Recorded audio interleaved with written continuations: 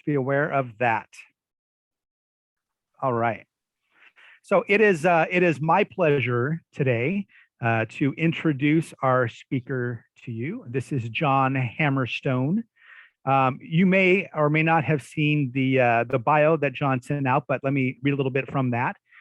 John has a BS in chemistry from DeSales University in Pennsylvania and a Master of Science in Food Safety and Technology from Illinois Tech. John did work with us out at iFish for some time.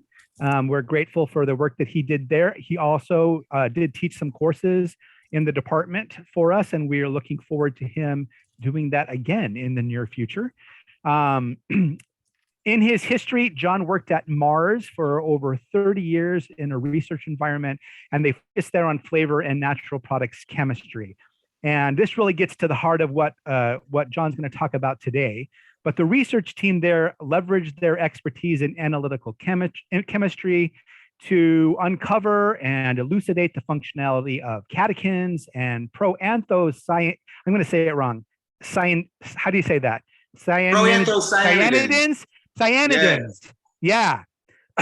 As well as creating benchmark analytical methods for measuring this class of flavonoids. So today, John is going to talk to us about that flavor research program, looking at the differences in flavor potential of some cocoa varieties and the results of that research program. So John, we're really looking forward to your talk today. We have a couple of PhD students who are on the call with us. Vara and Xinyi are with us. They're actually taking this as part of a class. So we can look forward to some questions that they'll have after the program. Hello. I want to ask you, John, are you more in favor of people asking questions during the presentation, or would you rather have them hold to the end? Sometimes it's easier to ask at the moment. So go ahead, ask away. Okay. And if it needs to wait because there'll be some slides to address that, I'll just say we're going to address that shortly. That sounds great. Todd, and thank you to Cindy and Britt for inviting me to do this lecture. This is a subject I'm very passionate about. I spent a big part of my career working on cocoa and cocoa flavanols. It's allowed me to see various parts of the world, and it has been truly an interesting journey. But part of that journey, I think, starts with with this quote. This is Louis Pasteur, and it says, "Chance favors only the prepared mind." And if you think about what it's telling you is prepare your mind for the unexpected. And a lot of this journey truly was about the unexpected and stumbling onto things that we had not anticipated. And the journey started in the late 80s. And in the world of cocoa, demand was starting to outpace, on a graph, growth of cocoa production. And this was a problem for Mars because they saw that at that inflection point, the price of cocoa was going to go astronomically high, and it would be very difficult to be profitable. So the idea was to look at other places around the world where cocoa could be grown. Cocoa typically is only grown within 15 degrees of the equator, north and south. And so there are very limited places where you can grow cocoa. We had been working with a gentleman by the name of John Clapperton in Mars, UK. He had also been doing some work on cocoa. He was working in Malaysia, which is within that belt. And atypical of what is typically done in West Africa and Brazil and other older origins, they were actually working with clones or varieties of cocoa. And so he was looking for not just the traditional take a bean off the tree, plant it, grow a new tree, because that doesn't yield good. That tends to not yield trees that are good producers and disease resistance. Do it the modern way, like apples and and oranges and all the other modern tree crops where you breed for production, disease resistance, and all those other things. So he was looking at a number of varieties and that were grown in this plantation. And he was confounded by the fact that certain genotypes, certain varieties just would not produce good flavor. And along with that, they were always bitter and astringent. Sadly, these were the best producing varieties. They had the highest yields. So we took a look at these and we were thinking about the things that are bitter and astringent. And the old term for these, you see these are L1, L2. These are the old term for proanthocyanidins was leucoanthocyanidins, and that's because they yielded cyanidin. You got the color. And we've started out this very early on with this very crude technique, thin layer chromatography, two-dimensional. And, you know, we started seeing that, you know, if you compare to all the plates, that data isn't up here, but if you compare to all of them, you can see that certain varieties had a lot more of these after fermentation and certain did not.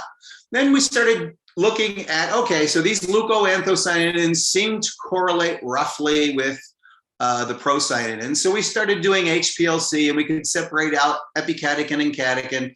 And you can see after fermentation, there is actually quite a bit of difference between all the different varieties, if you're looking at epicatechin and catechin and all these things. At this time, we also did some interesting development. We were probably, if not the first, close to the first people that actually used very high-end mass spectrometry that was available at the time to look at what the polymers were.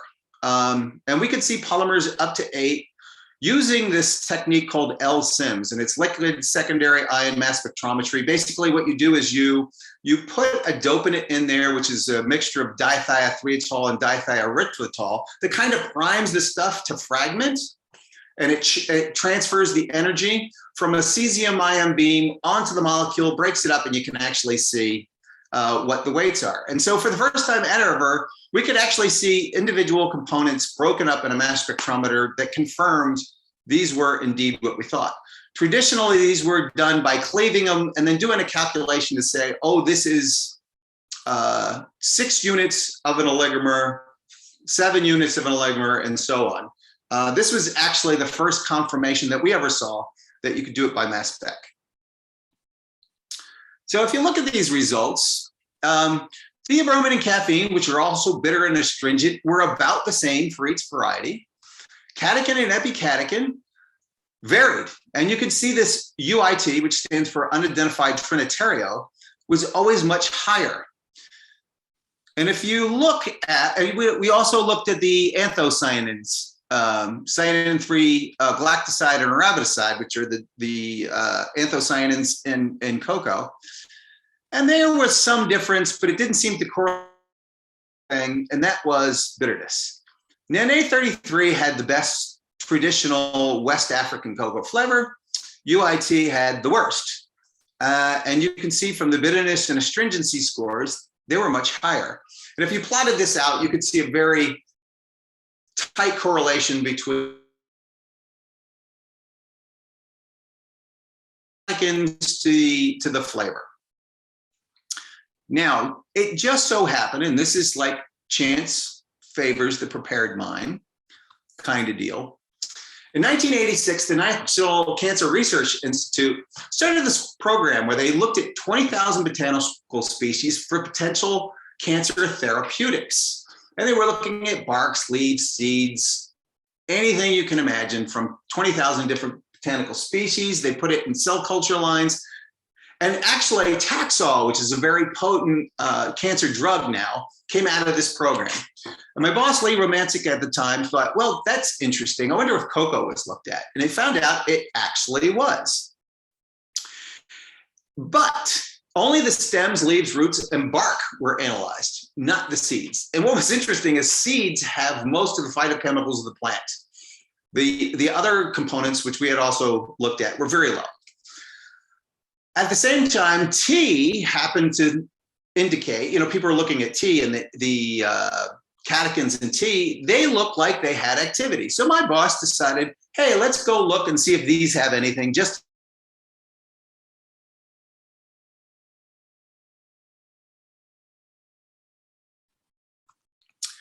So what are we talking about here? We're talking about epicatechin, and these are the stereo parts of the bending in and out of the plane that make it plus or minus catechin, plus or minus epicatechin.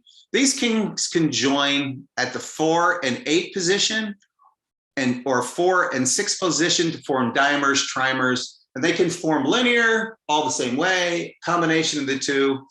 And that's what, when we're talking about procyanins, that's what we're talking about, just so you know. So we also asked the question, well, we could look at these things on the mass spectrometer. Is it possible to separate them analytically? And we got lucky. We found a very odd mobile phase. We took a number of things that were happening in literature. We combined it on HPLC with the normal, able to separate these monomers, which is epicatechin, catechin as one group, dimers as a group, trimers as a group, and so on and so forth, all the way down the line. This was published. It was a big hit because at that time, no one had come close to being able to separate procyanins the way this separation worked. So that was a huge improvement at the time of analyzing these compounds. And that publication is still cited today quite often. So we took these, now we had the ability to separate them. We also scaled that as a preparative separation. So we could separate groups of monomers, dimers, trimers. And we could look at these individually as smaller purified fractions. And we put them into cell cultures in Utah. And basically what it shows is for some cell culture, these fractions did absolutely nothing. And that's kind of what you want. For other cell culture,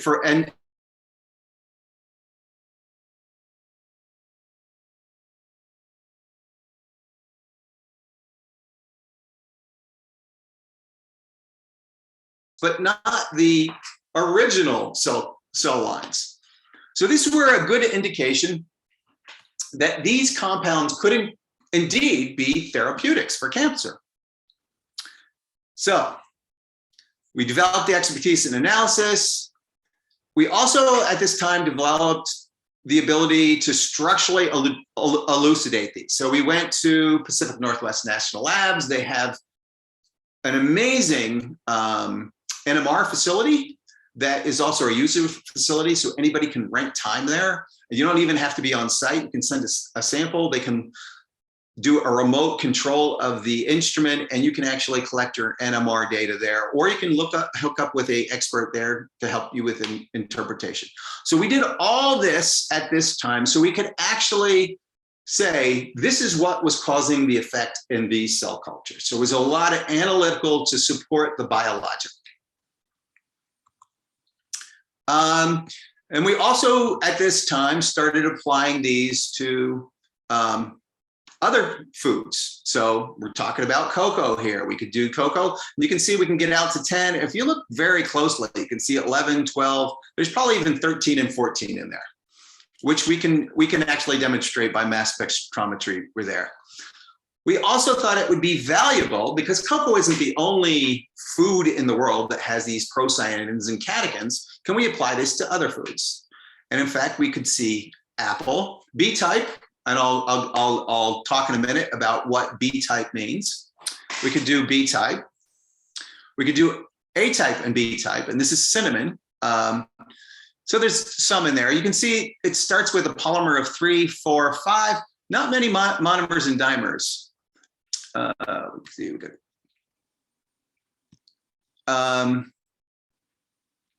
Let me go back one slide. How do I go back one slide?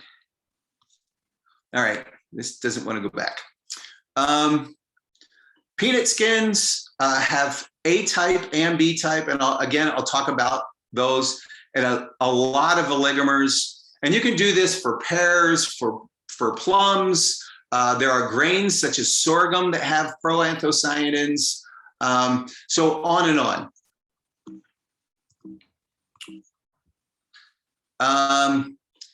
At this point, we thought, well, it's not very valuable to know that just cocoa. If we really want to understand how these things contribute to health in the diet, we actually have to understand the whole diet. So all these things going on at the same time, we partnered with Gary Beecher at the USDA and Ocean Spray, and we created a database specifically for actually it says procyanins, but it's proanthocyanins. So those are the things that would be also include other catechin bases, like galates, for example, gallocatechin. So anything within that group, A types, B types, and I'll talk about what those are in a little bit. We included that, and there now exists a database where you can go in and look at foods that actually have these. There's a number of legumes that also have proanthocyanins. So that we felt this is important as well, because if you really want to understand what the contribution is, what the potential for protecting your health, you have to understand the entire food system. So back to the cancer therapeutic. At this time, we wanted to understand, would these work in an animal model? So we went to France, to Paris. There was a gentleman there. I believe his name was Pierre Braquet. He had his own business, and I don't remember the name of the business.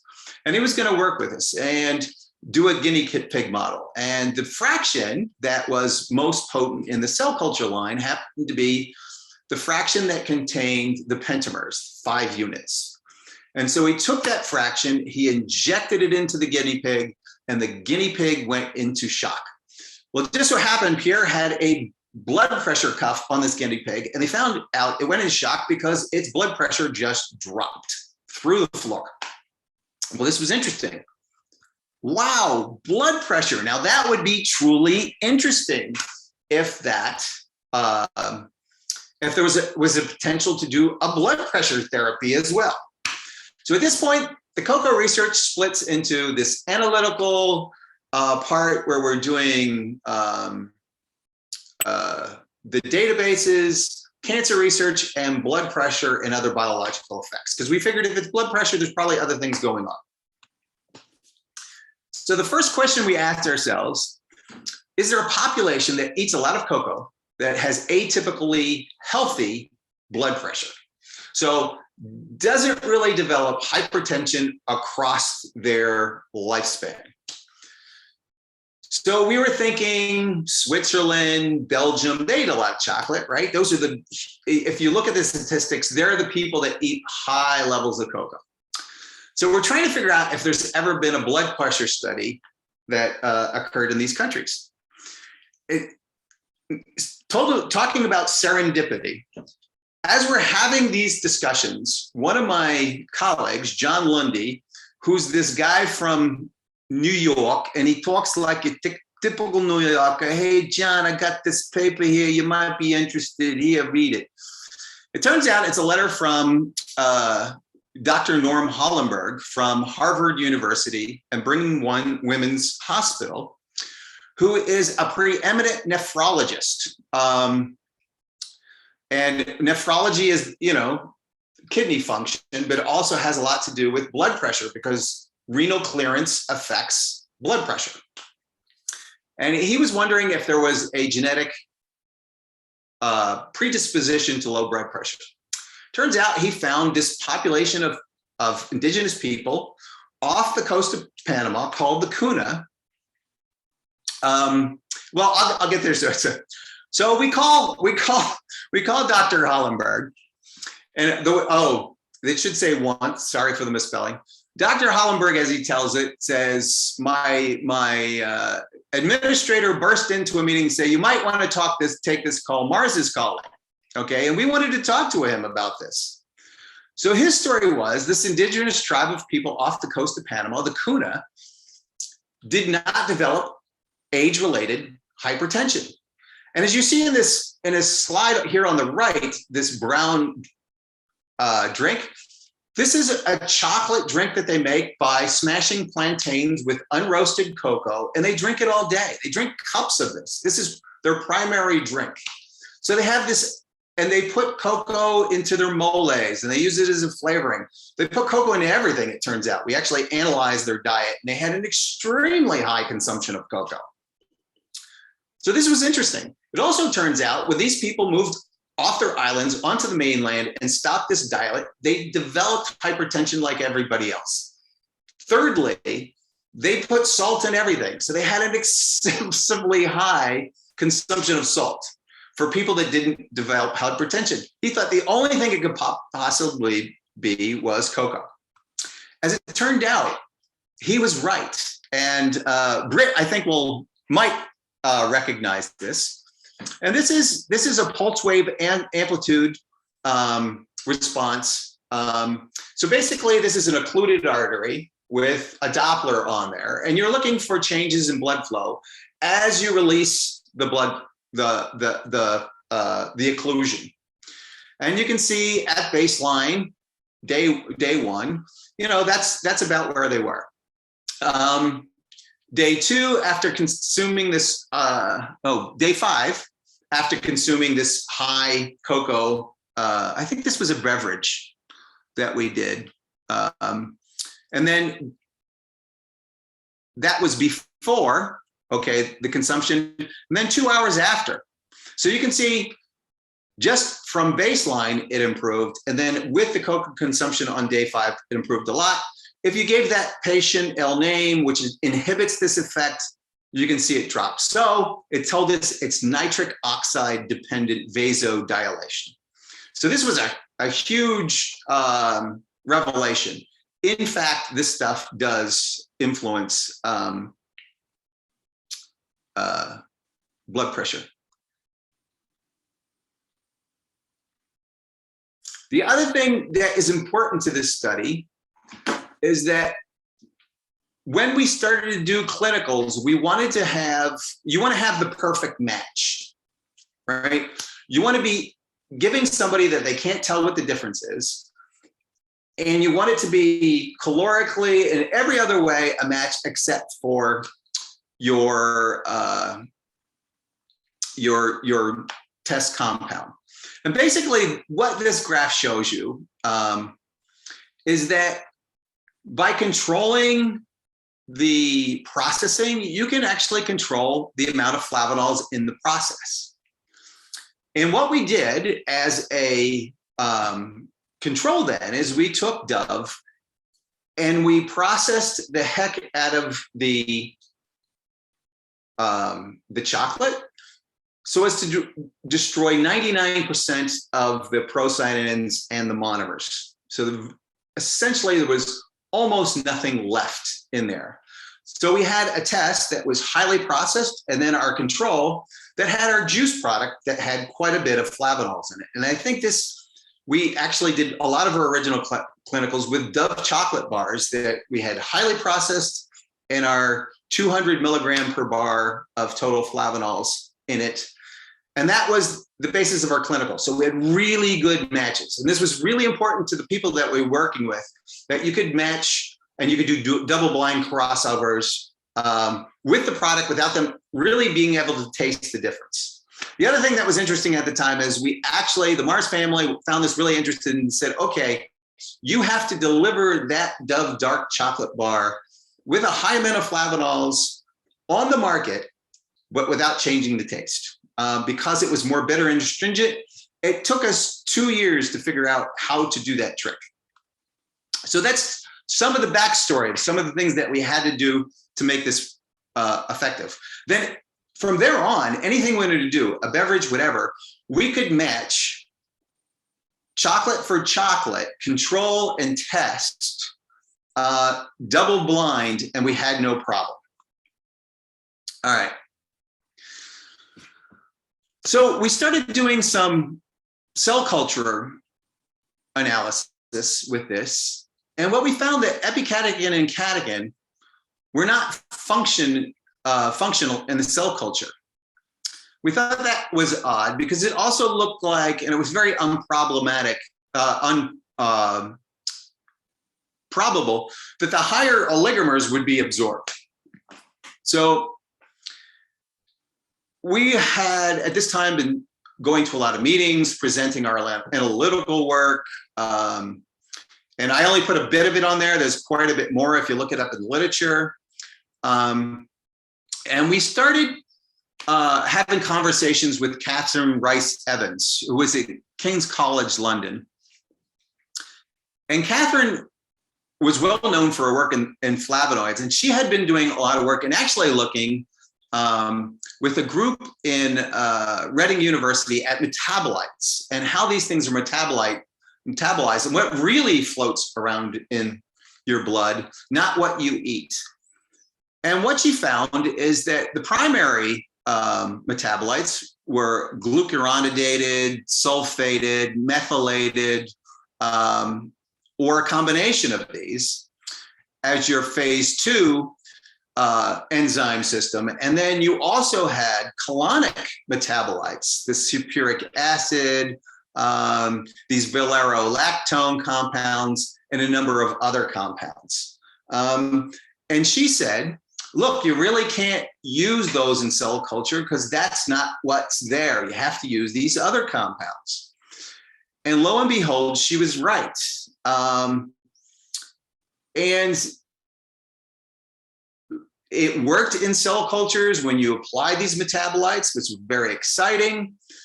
And we also got to the point where we did a clinical. And we did a clinical where we had, as I said, we could fraction anything we wanted to at this point. We did the complete cassette of oligomers, 1 through 10. We did a feeding with just 2 through 10 and a control. And this is for change in flow-mediated dilation. As you can see from the graph, if you had the monomers there, you got the effect. If you had the polymers there, you did not get the effect as compared to the control. This is a good proof that you really only get the effect from the monomers, which was consistent with what we were seeing in cell cultures when you applied the metabolites and not the native compounds. So something that you researchers to think about if you're going to do some cell culture, you really need to understand what's in there. The other thing that Mars developed at this time was the ability to synthesize all of these. And we did that in collaboration with Hagen Schroeder, who is now the chief science officer of Marge Ed. He was in Catherine's lab at the time doing work on neurons and flavonoids. And in our collaboration, we worked out how to synthesize all of these. A little hint, if you take a fresh pig's liver, you put inhibitors in for the hydrolases, for the sulfatases, the glucuronidase, the things that cleave the sulfates and the glucuronides, you will actually get high amounts of these, and you can actually purify them out of that rather than chemical synthesis. But you have to look up what the inhibitors are because Hagen's never published it. Something else we found out, which was really interesting, the methylxanthines that are in cocoa actually attenuate this effect. You actually get a better effect if it's in the presence of methylxanthines. I don't know what the mechanism of this is, but it's some work that Hagen did more recently, where he showed that in the presence of theobromine and caffeine, you get an increase in the effect. I think that's pretty cool. Little backstory, we were actually thinking of getting rid of theobromine and caffeine because we thought people wouldn't would prefer to have something that didn't have theobromine and caffeine there, but clearly it helps with the effect. One other point, I put in theophylline here because there's a lot of papers that claim that theophylline is in cocoa. I can assure you, I've looked at over 2,000 different varieties of cocoa at a cocoa research center in Brazil that I led the science team for a while. There is no theophylline. It's misidentified because people are only using HPLC with a UV detector, and it probably was a procyanidin dimer that they were looking at and not theophylline. So if you ever see theophylline in caffeine in cocoa, please know that that is incorrect. Okay, something else critical. We also discovered that, and this is well known anyway, but this was just to prove a point, that metabolism of these compounds is quite species dependent. And you can just see from these graphs, the metabolites that you get are clearly different in the rat, the human, and the mouse. Now, this is important because the enzyme systems that these metabolites control within the body are close enough that they would only be affected by those metabolites. And if the animal doesn't produce those metabolites, it's not going to see that effect. So you have two choices. One, you can either feed it the metabolites and just have it absorb them, or B, you don't use that model. So very interesting because we had lots of discussions around potential animal models. And this was the creme de la creme that said, really, these animal models aren't going to work very well. A colleague of mine, trying to think of his name, he was University of Arkansas and Tufts before that. He actually did some work on wingling pigs, and pigs turned out to be a good model. One of the other things that we learned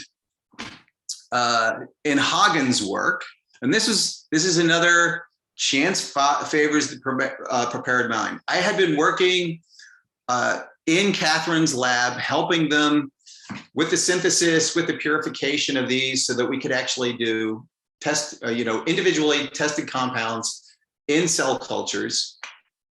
And they found that in a human fibroblasts, oxidative stress-induced cell death involved Cas3 activation. These were, I think, neuronal cells. Excuse me, of my ignorance in the biology. But this was important. It was mediated by the Cas3. There were some junk genes involved into it. And again, chance follows the prepared mind. I actually got into the lab with Hagen, asked him a million questions when he was working with the cell cultures, and learned this before it was published. Now, for those of you that don't know, DARPA is the Defense Advanced Research Project Agency. They fund all kinds of crazy research like robot battles and autonomous vehicle challenges through the desert and things like that. They were looking for natural compounds that would help prevent sleep deprivation in soldiers and pilots that were being drugged just to stay awake. And they thought there has to be another way. They actually, one of the leaders of one of the programs took notice of all of the research that we were doing. They wanted to partner with a food company that could deliver natural compounds or foods that might help the warfighter, as they call them, in these situations. So I was invited to Catalina to listen to this presentation of what was going on, what they were trying to accomplish. And then I went back to the Salk Institute with Dr. Fred Gage, who I'm told is Mr. Neurobiology. And it was very humbling to be in his presence because if you know anything about the Salk Institute, you get a lab and that's it. You get no salary, no equipment, nothing. Your reputation brings everything. So clearly, if you're with somebody there, you're in the presence of, one of the stalwarts of that research field. And the head of that group, that DARPA group, John Carney, we were having a casual conversation, and he turns to me and he goes, "Oh, by the way, we're here. This is this story. We understand that runners do better when they're sleep deprived. And we have this theory, it has to do with apoptosis and the dentate gyrus. And I'm hearing all these words that I don't understand." And then they say to me, "Do you know of a compound that will reduce apoptosis in neurons?" Now, I just come from Hagen's lab and heard all of this stuff about reduction of apoptosis, junk genes, CAPS3. And so I spit it out. And I think it was the most interesting meeting of my life, because the look on their faces when I said yes and explained to them, they were dumbfounded. And this, again, is chance favors the prepared mind. It was, serendipity at its best. So it all has to do with the budding of neurons in the dentate gyrus, those integrations. And their theory was that those budding neurons under stress died due to apoptosis. And if we had something to prevent the apoptosis, we would upregulate this part of the brain. And that was the story. So the idea was to use a mouse model, and we were sure that the mouse model wasn't going to work, but we had to use it. So we chose that anyway, and we were going to use this platform test for learning. So basically, you put a mouse in the same spot every day. You never change anything in the room. You put him in the same spot every day, and he eventually learns where this hidden platform is in this murky white water. So you don't let him go for more than a certain amount of time. You pull him out if he doesn't find him, and you put him on that platform. And supposedly the mice looks around and eventually learns, and eventually figures out, if I start here, I swim there, I can have the platform. And that's the way this thing is done. Rusty, which is Fred Gage's nickname, calls me one day and he goes, "I can't believe it. We have smart mice." It's like, "What are you talking about?" He goes, "Your mice learn faster. If they got exercise and had epicatechin, they had repeated this 15 times because he didn't believe it was true. And it turned out that yes, the mice that got epicatechin and exercised learned faster than all the other mice, regardless of their other intervention." He was so excited, he said, "We could juice a Snickers bar, give it to every kid in America, and we'd be learning faster." Not sure that was the right thing to do, but there is a possibility that this could be connected. More of the same data that showed that this in fact does. You can look this up, the Journal of Neurobiology in 2007, if you're interested in that. So, but can we image something? Can we actually measure it? And this is something DARPA insisted on. They said, "Look, that's good, but I want to know that there's actually something happening in the dentate gyrus." And they invited Scott Small from Columbia University into this group. And Scott was pioneering measuring changes in blood flow and other things in the brain with Alzheimer's and other diseases to correlate it to brain function. And he was actually able to do that. He was actually able to show that you could see a change in the blood flow in the dentate gyrus, and that correlated to increase in memory. And he did it with senior citizens that were given cocoa intervention and exercise. So another very cool finding from this study. There's a lot of other research that was not included in this. We did work on deep vein thrombosis, antioxidant, platelet activation. Platelet activation, you have these surface marker proteins that get activated, and on blood cells, and then they stick together, and that forms clots, and you get deep vein thrombosis. And actually, it did have an effect on deactivating these. I didn't keep up much with that research. Again, I just provided a lot of compounds and analysis for stuff.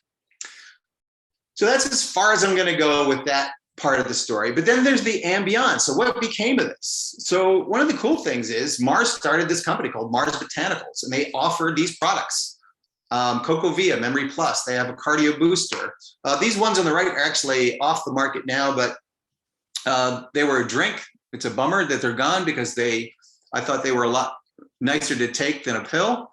But that's out there. They just finished a study called Cosmos, which is 17,000 subjects. They did it with the NIH, Brigham Women's Hospital, Harvard University, 17,000 patients, and some really interesting information. They found out that it didn't significantly decrease the number of heart attacks, but it did decrease the survival rate of heart attacks significantly, like 30% decrease in mortality if you're on the cocoa supplement. And that is presumably because this helps improve arterial plasticity. So very cool. So as we finish up here, I'd like to say, Illinois Institute of Technology is doing all the things that are very cool. You have this cool team of Dr. Britt et al. That are doing the exact same things. You're doing controlled clinicals. You have this analytical firepower that very, very few nutrition labs have. You have technology available that I didn't have. The QTOF and the Orbitraps. These are incredibly powerful. You're looking at the metabolites. So a shout out to the quality of the work that doing at Illinois, and it's a testament to the AI research and the funding they got, because everything that we had done in the past, you guys are doing in spades with better technology. So feel good about you students there, that you made a great choice in choosing IIT, Department of Nutrition, Department of Food Science. And then the other thing that came out of this is Symphony Snacks. So my business partner, Shweta Srivatsa, and Shweta has kids with allergies. I have other people in my family have allergies, and we wanted to create this super healthy snack that had all these good things in it. Turns out there are grains like sorghum and quinoa and others that have flavonoids in them. They have anthocyanins in them, which I'm really excited about. So our product lines, we select grains that are like more of the ancient time. They're purple, they're orange, they have flavonoids, carotenoids, all the stuff that is not white.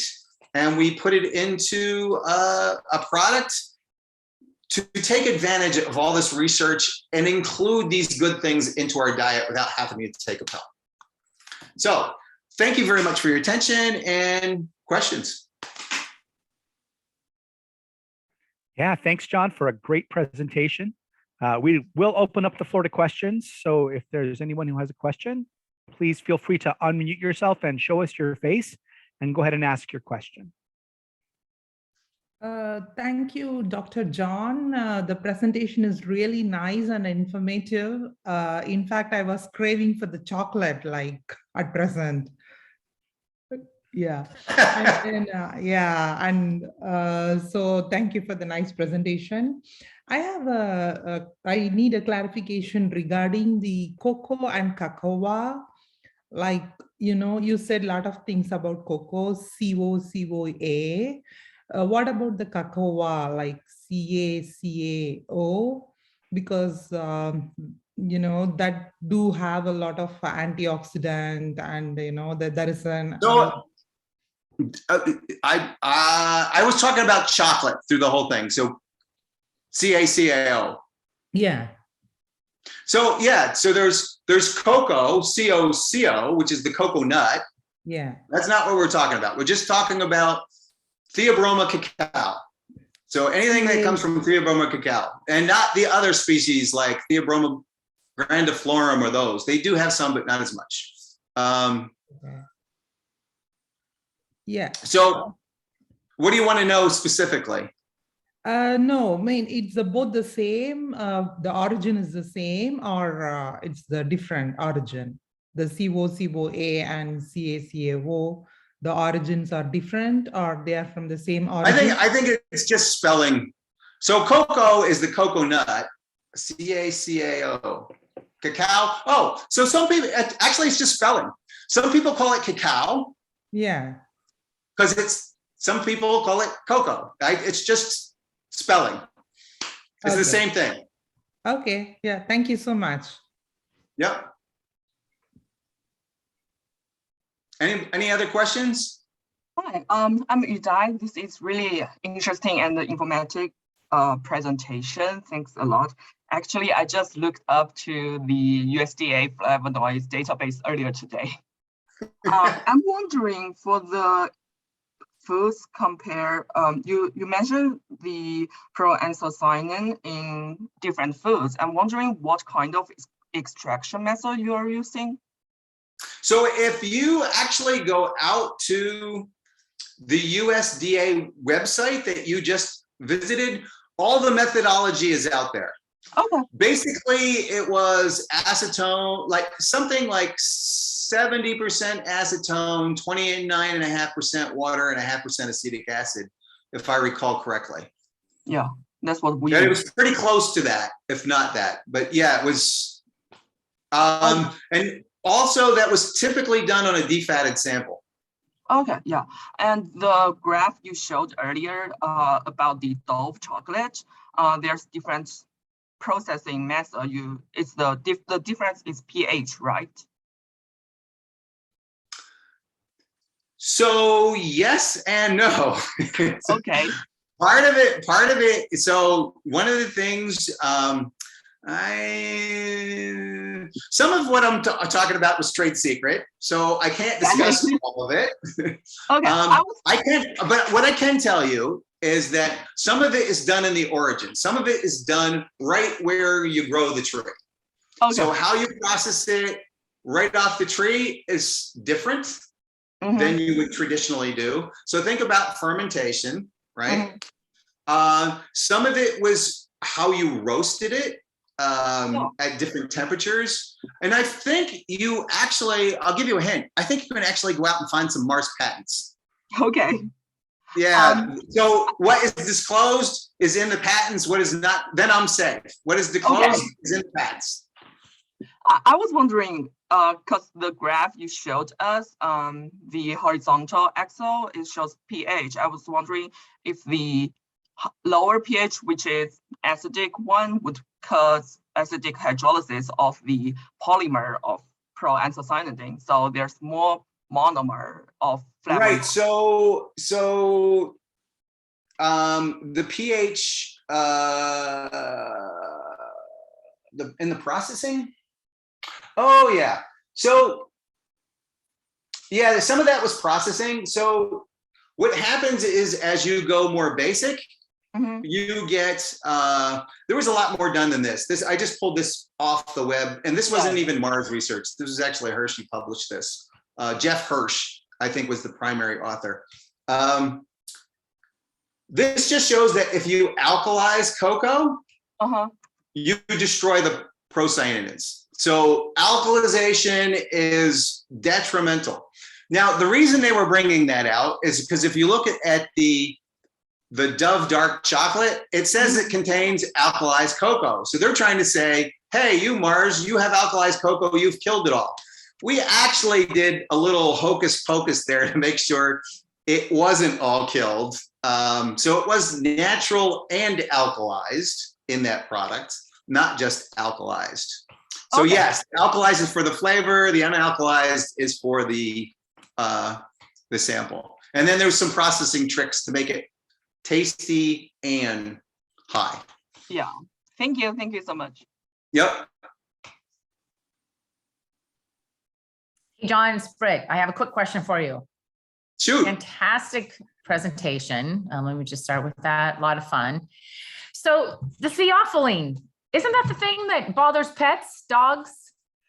And everybody freaks out about cocoa? So all of them, actually all xanthine alkaloids bother pets. And the reason it bothers pets is because they lack the enzyme system to metabolize it. So basically it gets into their system and it's stuck in their system. So you think about, could you imagine drinking a cup of coffee and having that same level of caffeine in your blood the entire day? It would be fabulous. No,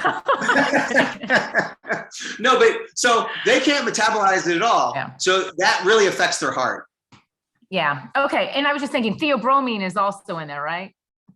Right. And theophylline is actually used as a drug as something else. Yeah. Okay. I don't remember what it is. Yeah. Well, and then I also think it's interesting that the results from the Cosmos trial about, or I guess increasing survivability if you've had a heart attack or, which is pretty important, right? Statistic there.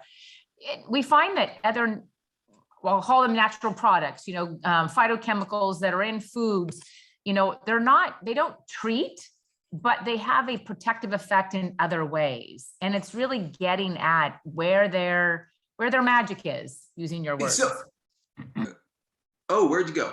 So Britt, one of the things I didn't talk about is, and I don't know how much of that work was confirmed, but there was evidence that when you had this high bolus of flavonoids, you had more circulating endothelial progenitor cells that were associated with vascular repair and vascular flexibility.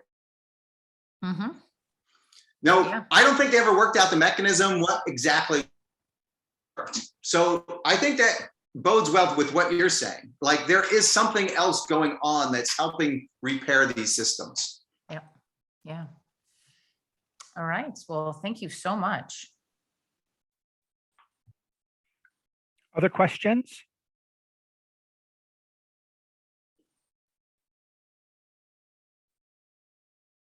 Going once, going twice. Well, thank you all. Right then. I thank you for having me. I really, really enjoyed that. And if you ever want to listen to something a little less on the nutrition side and more on the food safety side and contaminants in food, I could do another lecture on that in the future, because I have a ton of that interesting stories as well. Okay, I'm putting you down for the fall semester.